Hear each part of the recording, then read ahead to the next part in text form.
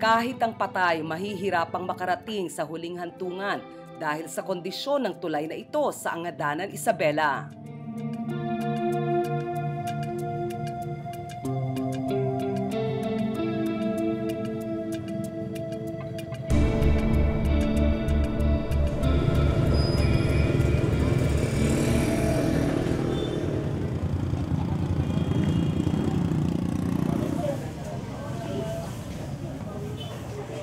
Ilista mo ulit ang arot, ah?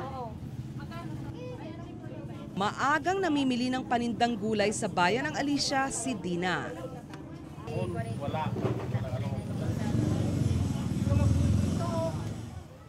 Kailangan pa kasi niya itong ibiyahe papunta sa kanyang pwesto sa kabilang bayan ng San Guillermo.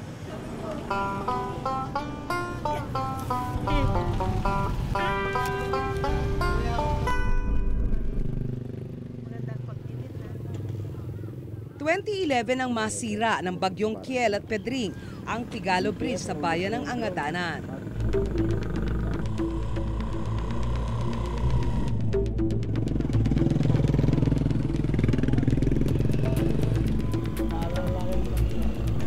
Marami pa rin ang naglalakas loob na tawirin ito, kahit na delikado.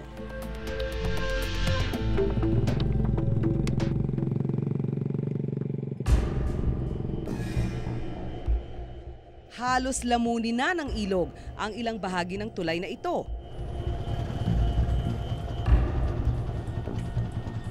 Wala namang magawa ang mga apektadong residente. Ito kasi ang pinakamalapit na daan mula Angadanan papunta sa bayan ng San Guillermo.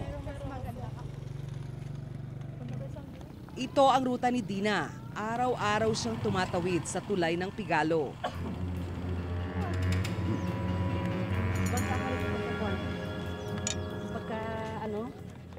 Dito dumadaan ng tao. Pag overflow, ay madulas. Minsan na nga raw siyang naaksidente rito.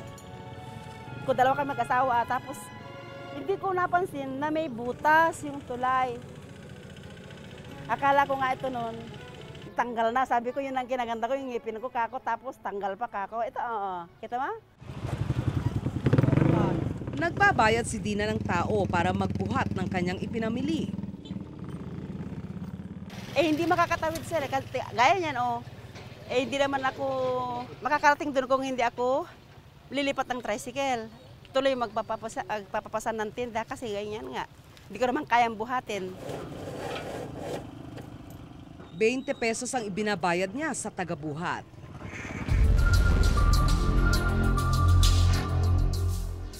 Mas matindi raw ang kalbaryo ng mga tao dito sa tuwing umuulan. Ipinagbabawal na ang pagtawid ng mga sasakyan gaya ng tricycle at jeep.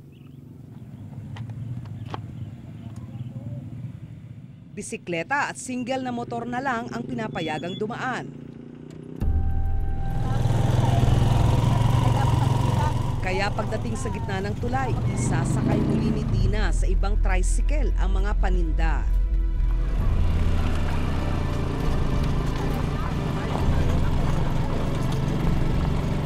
Mahigit kalahating oras pa ang biyahe mula sa Pigalo hanggang sa San Guillermo kung nasaan ang kanyang pwesto.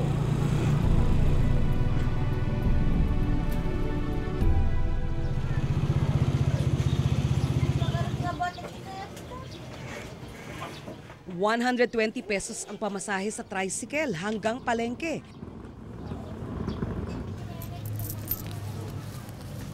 Nadoble ang gastos ni Dina sa pamasahe mula nang masira ang tulay ng Pigalo. Ay, nung araw sir, nung diretso pa lang, at pati pamasahe, 150 lang. Nung araw o sabi mo lang 175, ngayon at tumaas ang gasolina, o kaya kung ano dyan, malayo ang agwat sir. Kasi times 3 ang kuwan niya.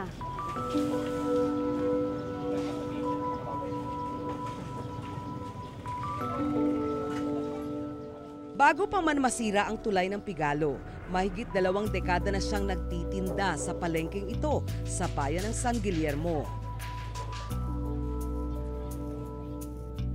Perwisyo ang dala ng sirang tulay sa kanya.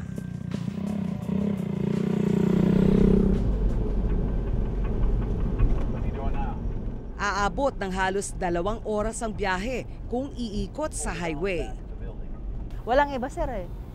Wala kami ibang madaanan. Doon lang. Kaya nagtsatsaga na lang ako. No choice. Walang ibang madaanan. Dadaan kami ng Anafunan. Malayo masyado.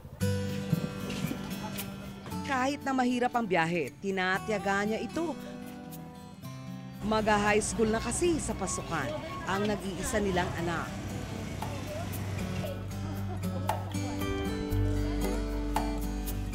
Dahil dumoble ang gastos ni Dina sa pamasahe, napilita rin siyang itaas ang presyo ng kanyang paninda. 200 hanggang 500 piso ang kita niya kada araw. Pagdating ng hapon, iniiwan na ni Dina ang kanyang mga natirang paninda. Dagdag gastos pa kasi kung itatawid niyang muli ang mga ito hanggang sa kanila.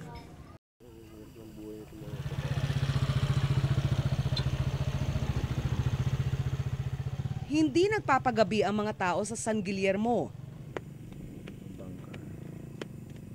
Mahirap daw kasing abutan ng dilim, lalo na sa bahagi ng Pigalo Bridge. Pagka ginawa kong bangka, kasi tabi-tabi niya yung Sana sir, bigyan pansin naman na maipagawa na. Para naman mapayapa ang biyahe namin, hindi kayo mahirapan.